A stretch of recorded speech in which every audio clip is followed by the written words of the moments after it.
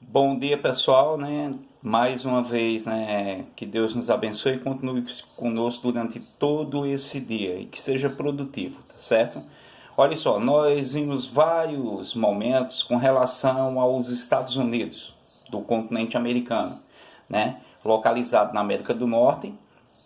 E com relação aos Estados Unidos, a gente dá continuidade, né, para encerrarmos esse ciclo de setembro e agradecendo ao mesmo tempo a paciência de vocês para assistir ou por terem assistido aqueles dois vídeos que enviei, né, do History. Eu já havia assistido, muitas vezes está aqui no meu pendrive, quando eu dou Estados Unidos, que é um resumão, né, da conquista para o Oeste e também de como foi os anos 20, né? Você vê ali a questão do puritanismo, a questão do Al Capone, a chamada Lei Seca, a quebra da Bolsa de Valores em 1929, as guerras que se sucederam, todo um contexto dentro de poucos minutos, né? Contando a história dessa superpotência que são os Estados Unidos. Mas observe bem nesse capítulo 8, existem alguns pontos existentes no nosso livro didático que chamam a atenção. É um resumo bem definido, veja só. Uma potência mundial. Quais os pontos que é levado para que os Estados Unidos se tornassem uma das maiores potências do mundo? Primeiro, possui um enorme território. Isso é interessante. Olha só, os Estados Unidos eram só 13 colônias, como vocês bem sabem. São aquelas 13 listas representadas na bandeira norte-americana. As 52 estrelas representam os 52 estados norte-americanos. 50 estados estão no território, no continente, e 2 estão fora daquela extensão, né, propriamente dita, que é o Alasca, que foi comprado a preço de banana da Rússia, e o Havaí, né? Quando você analisar que o Alasca, né, foi comprado baratinho dos russos, é uma parte norte-americana dos Estados Unidos, lá na pontinha da América do Norte, muito rica em recursos naturais. De petróleo, ouro, diamante, tudo tem. E eu tenho certeza que os russos se arrependeram de ter vendido. Então, a conquista dos Estados Unidos possui um amplo território.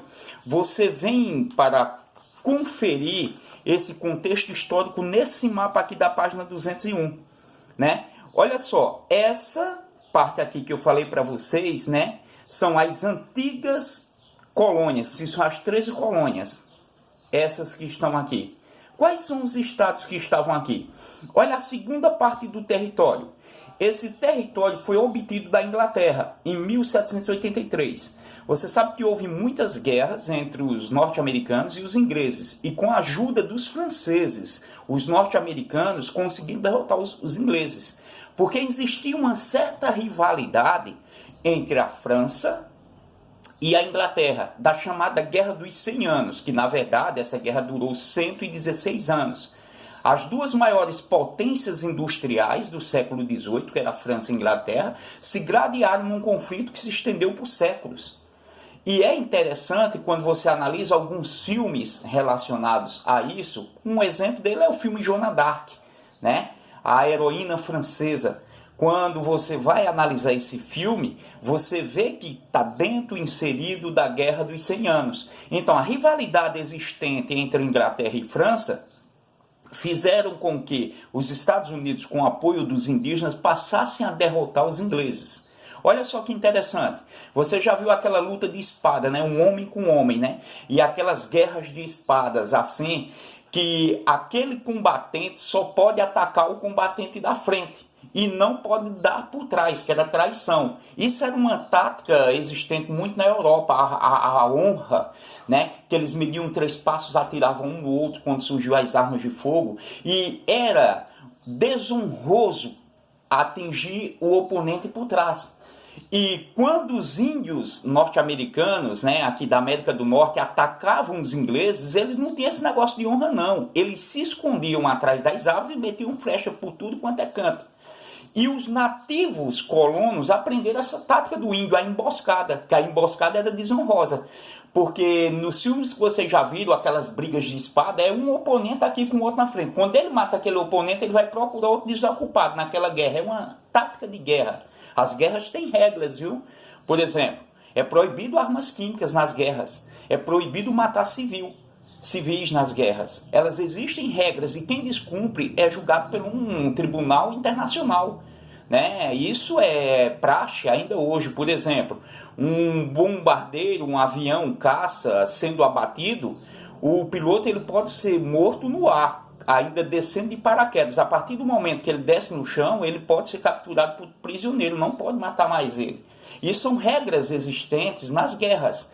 Não pode armas químicas, não pode atingir crianças, mas o míssil não vai lá, né, assim, por dizer, acertar o alvo exatamente. Ele atinge pessoas inocentes, né? Os militares, eles se gradeiam. E isso é interessante, essa prática adquirida pelos nativos, né, da América do Norte. Eles passaram a combater os ingleses do modo mais tradicional deles, na emboscada, e não era honroso. Os franceses e os nativos colonos passaram a atacar os ingleses da mesma forma que era atacado pelos indígenas. E olha só, e venceram várias batalhas. Então, os Estados Unidos começou a ampliar o seu território, né, através de guerras, através de compras, através de conquistas, e usando táticas nativas do índio americano. Observe bem que essa parte aqui, ó, tá vendo? Ó, a Flórida, ela foi comprada da Espanha, essa área aqui.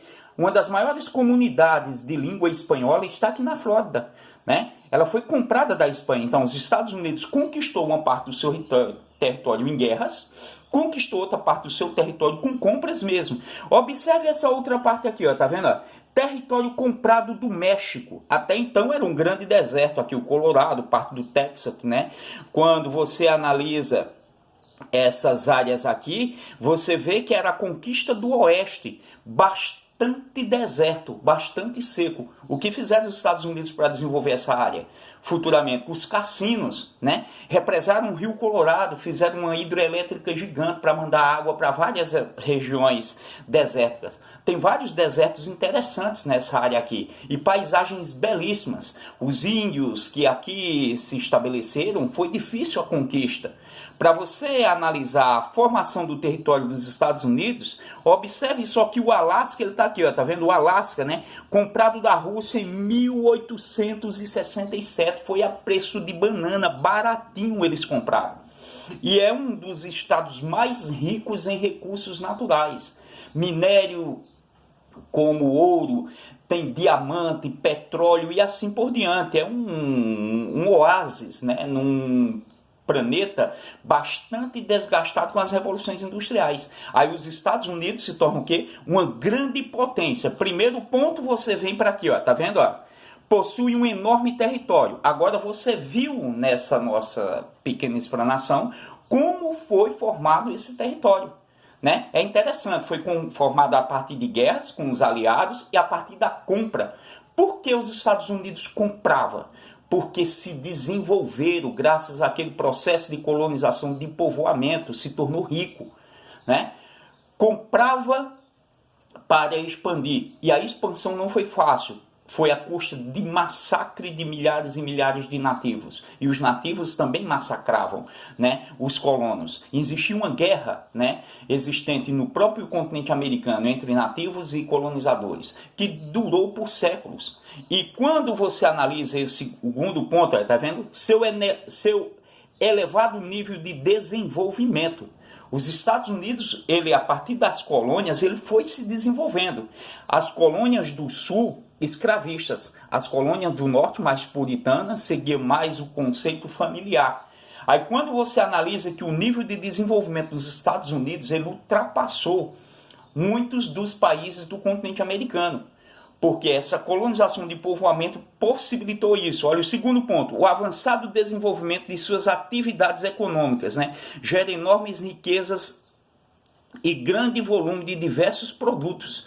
Os Estados Unidos, aos poucos, se tornava autossuficiente. E hoje também é autossuficiente. Só existe uma dependência com relação à energia.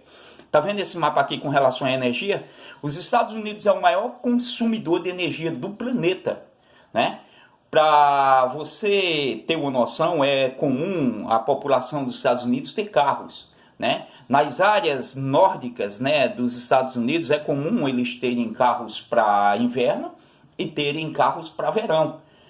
Esse tipo de desenvolvimento pessoal possibilita que as casas elas consumam mais energia, porque neva nessas áreas mais remotas ao norte. E as casas elas detêm aquele tipo de luxo que abriga, né, uma boa parte do desenvolvimento do IDH dos norte-americanos. Dentre esses, não só dos Estados Unidos, como do Canadá. Aí, para manter esse luxo, para manter essa qualidade de vida, para manter essa estrutura de uma casa norte-americana, principalmente nas áreas que neva, consome energia. Imagina uma casa com um piso aquecido, com energia elétrica. Imagina uma casa aquecida, né, na região do Alasca, que se não for aquecida não tem como morar. Então isso consome energia. Imagina uma motoneve. Imagina os carros de inverno. O consumo de energia é gigante por esse país, então não é autossuficiente, porque ele compra petróleo de vários países do mundo, inclusive da Petrobras do Brasil, porque é o país que consome mais energia e é um dos que mais produzem também. Então, essa energia ela vai desde o urânio, né, que é utilizado muito em fabricações de bombas atômicas, até o carvão mineral, petróleo, gás natural e assim por diante. Então, os Estados Unidos, devido ao seu desenvolvimento, não é tão suficiente. Observe só que a região do Texas, aqui, que é o maior estado norte-americano, tem uma grande quantidade de reservas de petróleo. É interessante que em várias partes do país você vê que há desenvolvimento com relação a isso, a essa produção de energia. O IDH é interessantíssimo porque a qualidade de vida faz com que se consuma mais energia. Tira aí por sua casa. Faça uma comparação com relação à casa dos seus avós, se você fizer uma pesquisa.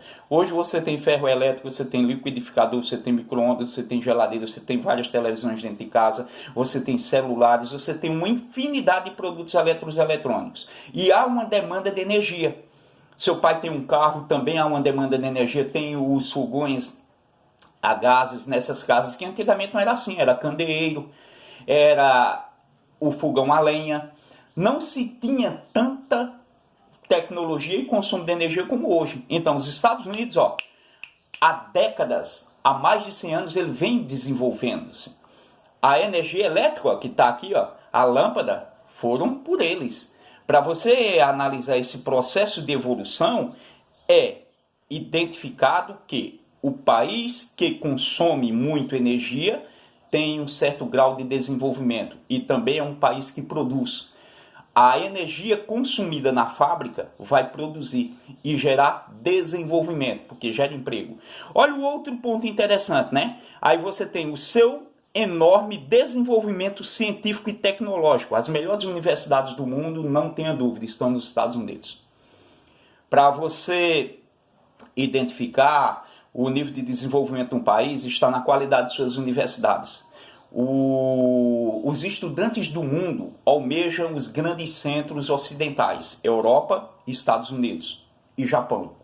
Essas universidades elas criam um grande, enorme desenvolvimento tecnológico e científico. Uma boa parte das descobertas do mundo elas surgem nas universidades europeias e norte-americanas, né? Vou dar um exemplo para vocês de universidades, né, de grande potencial que todo mundo quer ir para lá. Harvard, né? Denver. São universidades fantásticas, né, que criam mentes brilhantes que desenvolvem projetos para a vida, para melhoramento da humanidade. Essas universidades têm esse processo. E também para o mal da humanidade. Você sabe que as bombas atômicas, os armamentos surgiram com pensadores, com cientistas. Dentre estes, Albert Einstein, né? Von Braun, o alemão que radicalizou-se norte-americano quando foi capturado na Segunda Guerra Mundial. Se entregou aos Estados Unidos e passou a produzir foguetes. E Von Braun é um dos precursores para os foguetes da NASA. Observe só. O país detém um enorme, né, poderio militar espalhado em todo o planeta. Por incrível que pareça, os Estados Unidos eles formaram base aqui no Rio Grande do Norte, né? Essas bases serviam para atacar a Europa na Segunda Guerra Mundial. Hoje eles têm base na Colômbia para estrategicamente dominar todo o continente sul-americano. Tem várias bases espalhadas no mundo inteiro, é um dos países mais militaristas do mundo. Então, os Estados Unidos é uma potência militar.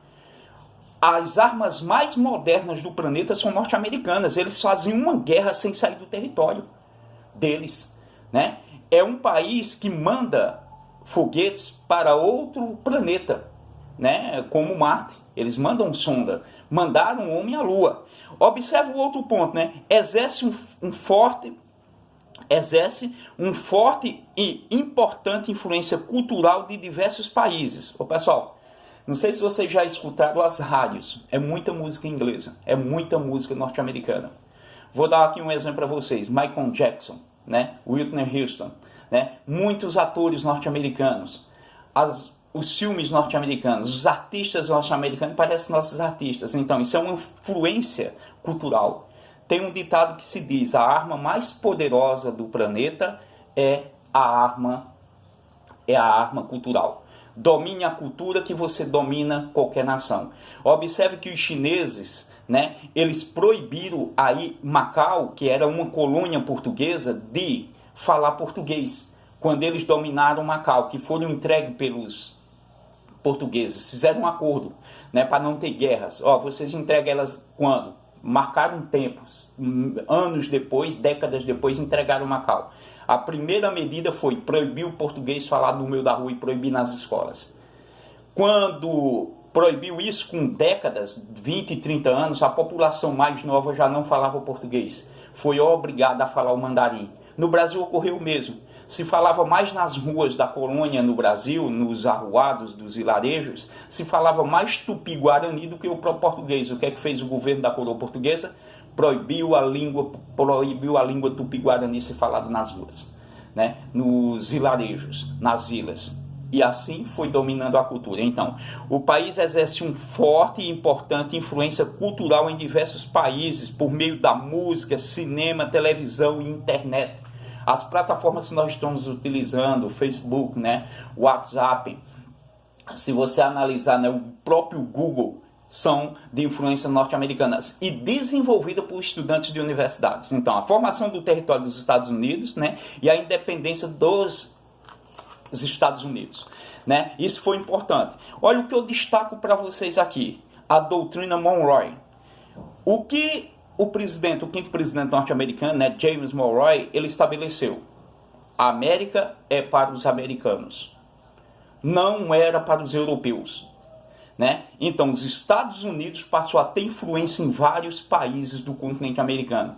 E devido a essa influência, hoje é criada a OEA, a Organização dos Estados Americanos, né? Se você analisar bem, existe uma regra na OEA: se um país de fora do continente americano atacar um país norte-americano, do continente, ou de qualquer, seja do sul, da América Central e do Norte, é um ataque a todo o continente americano. Foi estabelecido também nessa Organização dos Estados Americanos, né? Quando você identifica que os atentados das Torres Gêmeas, né, no World Trade Center, os Estados Unidos convocou os países do continente americano para atacar o Iraque, para atacar o Afeganistão, por exemplo, sentindo-se que foram eles que atacaram, mas não estava bem claro que foi um país que atacou um país norte-americano, ou seja, um país do continente americano. Isso também está baseado na doutrina Monroe: a América é para os americanos, né? Então, essa ideologia imperialista foi impregnada por esse presidente. E é interessante esse processo da visão. Eu sou americano, moro no sul, no Cone Sul do continente. Os canadenses são americanos, estão no norte, são norte-americanos, eu sou sul-americano, né? Então, a doutrina Monroe, ela se espalhou para vários, né, conceitos de dominação. Um exemplo dessa dominação dos Estados Unidos é a construção do Canal do Panamá, né? É um canal que liga o Oceano Pacífico ao Oceano Atlântico, porque os Estados Unidos se desenvolveu e dá um contorno gigante a esse processo de industrialização e navegação para os produtos. Era inviável, né, fazer um grande contorno no continente para atravessar o Cone Sul para chegar à parte oeste. O que é que fizeram? Investiram no Canal do Panamá, que é na parte do istmo mais estreita. Isso é um processo de dominação e é um avanço tecnológico, né? Muito interessante.